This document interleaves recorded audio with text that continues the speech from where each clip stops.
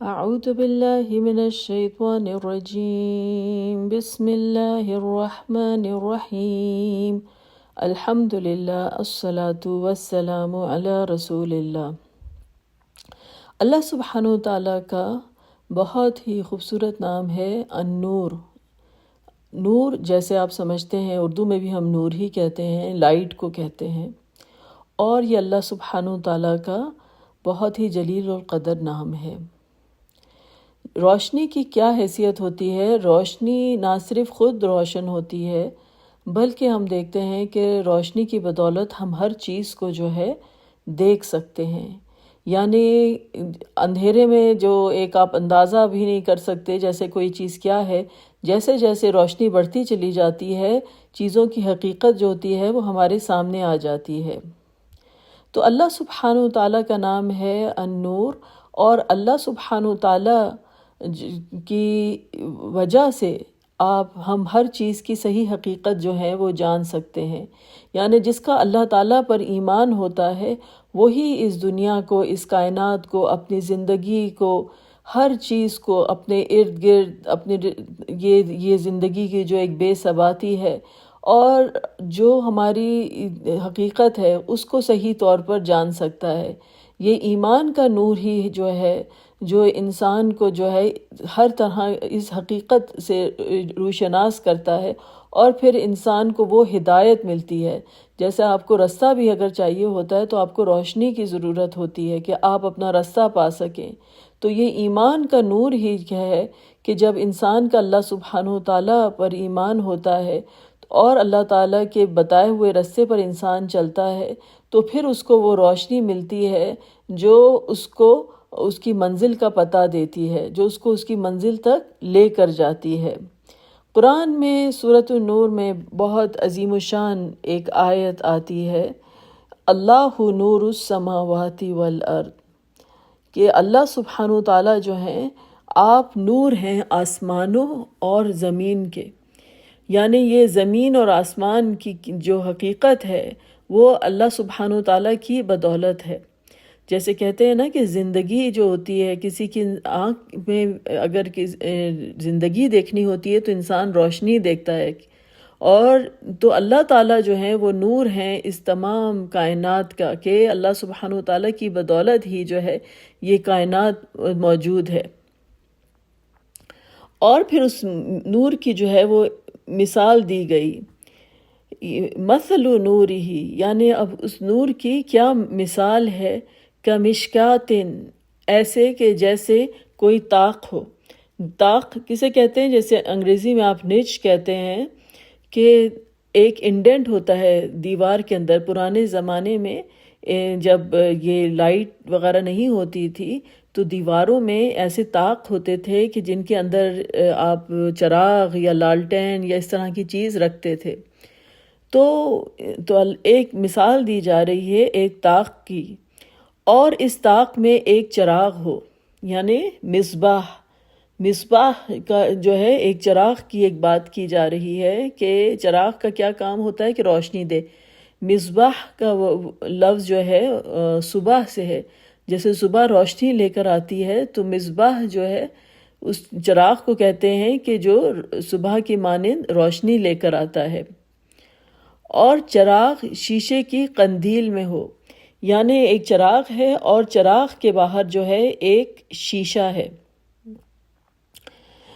المصباح فی زجاجہ، تو زجاجہ کیا ہے کہ ایک انتہائی صاف شفاف شیشہ ہے۔ اور پھر اس شیشے کے بارے میں بتایا گیا کہ شیشہ جو ہے اس کی جو چمکتے ہوئے روشن ستارے کی طرح ہے۔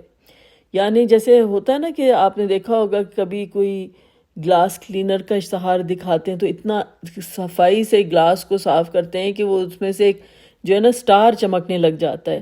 تو اللہ سبحانہ وتعالیٰ نے بتایا کہ وہ شیشہ جو ہے وہ اس قدر شفاف ہے کہ جیسے ایک ستارے کی طرح روشن ستارے کی طرح ہو، اور وہ چراغ ایک بابرکت درخت زیتون کے تیل سے جلایا جاتا ہو، اور وہ درخت نہ مشرقی ہے نہ مغربی ہے، خود وہ تیل قریب ہے کہ آپ ہی روشنی دینے لگے، اگرچہ اسے آگ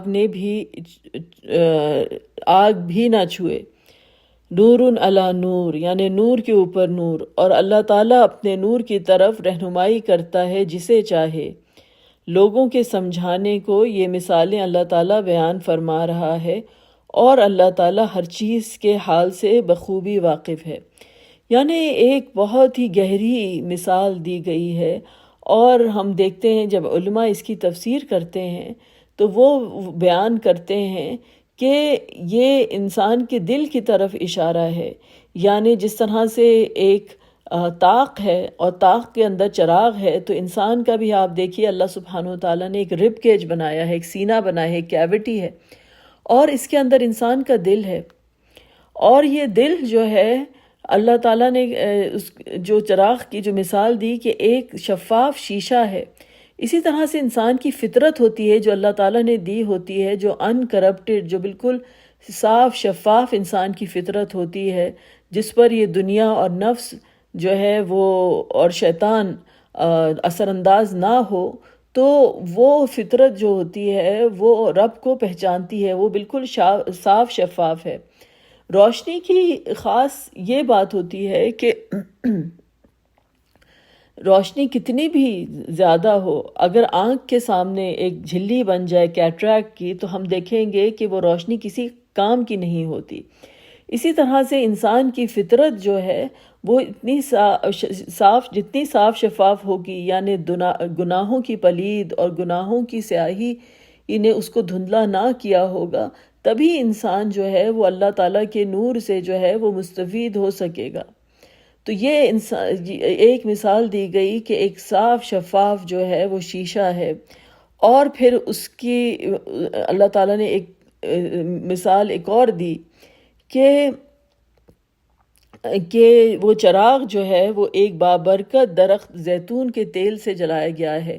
یعنی اب ایک روح کا تذکرہ کیا جا رہا ہے کہ یہ جو انسان کا جو دل ہے، اب اس روح کا ذکر کیا جا رہا ہے کہ انسان کی جو روح آتی ہے، اور وہ روح جو ہے اس کی بھی حیثیت ایک لائٹ کی طرح ہے، وہ بھی ایک نور ہے، روح جو اللہ تعالیٰ کی طرف سے پھونکی جاتی ہے۔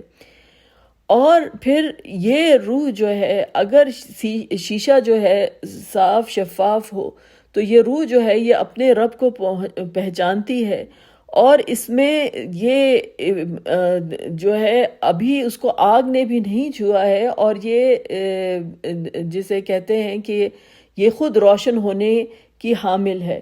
یعنی کہ اس روح کی کیا غذا ہے کہ وہ قرآن ہے، اللہ تعالیٰ کی طرف سے جو ہے وہ ریویلیشن ہے، تو وہ نور علی نور ہے۔ یعنی اللہ تعالیٰ کی طرف سے جو قرآن کی آیتیں جب نازل ہوتی ہیں تو وہ ان کا جو نزول ہے وہ اس روح کی غذا ہے، بشرطے کہ ہماری جو روح ہے وہ ہماری نفس کے جال سے آزاد ہو۔ اسی لیے آپ دیکھیں کہ جب ہمارے دل نرم ہوتے ہیں اور تو کس قدر اللہ تعالیٰ کی آیتیں ہمارے دل پر اثر انداز ہوتی ہیں، آنکھوں سے جو ہیں آنسو روا ہو جاتے ہیں، اللہ کی آیتیں سن کر دل کانپنے لگ جاتے ہیں۔ لیکن کبھی کبھی جو ہے گناہ اس طرح سے دل پر قبضہ کر لیتے ہیں جیسے کوئی کانکریٹ کی ایک ایسی لیئر آ جائے، اور پھر اس کے بعد کوئی روشنی جو ہے وہ گزر نہ سکے، اور پھر ہم دیکھتے ہیں کہ قرآن بھی اثر انداز نہیں ہوتا، نمازیں بھی ہماری جو ہیں وہ کھوکھلی ہو جاتی ہیں، اور باتوں کا اثر نہیں ہوتا۔ لوگ ایک ہی بات ہوتی ہے، وہ ایک شخص کے دل پر اتنا زیادہ اثر کرتی ہے اور دوسرے کے اوپر سے گزر جاتی ہے۔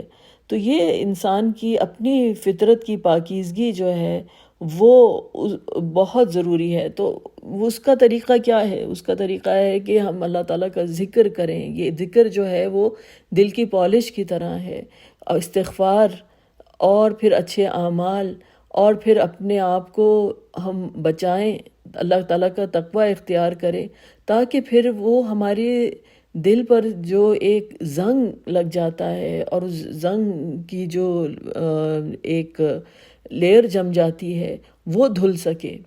تو یہ ایک اللہ تعالیٰ کا جو نور ہے یہ تمام تر کائنات کو منور کیے ہوئے ہے، اور یہ ایمان کا نور ہی ہے کہ ہمیں اس دنیا سے ہی لے کر جانا ہے، کیونکہ قیامت کے روز جب کبھی آپ سوچیں کہ اتنا اندھیرا ہو، اس وقت غیب کے پردے ہٹ جائیں گے.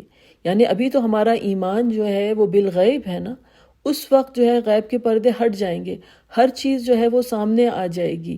ابھی ایمان کا نور جو ہے ہم ایک بولتے ہیں تو ایک غیبی بات ہے جیسے، لیکن اس وقت وہ واقعتاً نور ہوگا. اللہ سبحانہ وتعالی نے مومنین کا حال بتایا کہ مومنین کے جو ہے نورہم یسعی بین ایدیہم اور وایمانہم، کہ ان کا نور جو ہے وہ دوڑتا ہوا نظر آئے گا ان کے سامنے، اور جو منافقین ہوں گے ان سے کہا جائے گا کہ تم جاؤ. وہ مانگیں گے مومنین سے کہ ہم اندھیرے میں ہیں، اب ہمیں نور چاہیے. تو ان سے کہا جائے گا یہ نور تو ہم پچھلی دنیا سے لے کر آئے ہیں.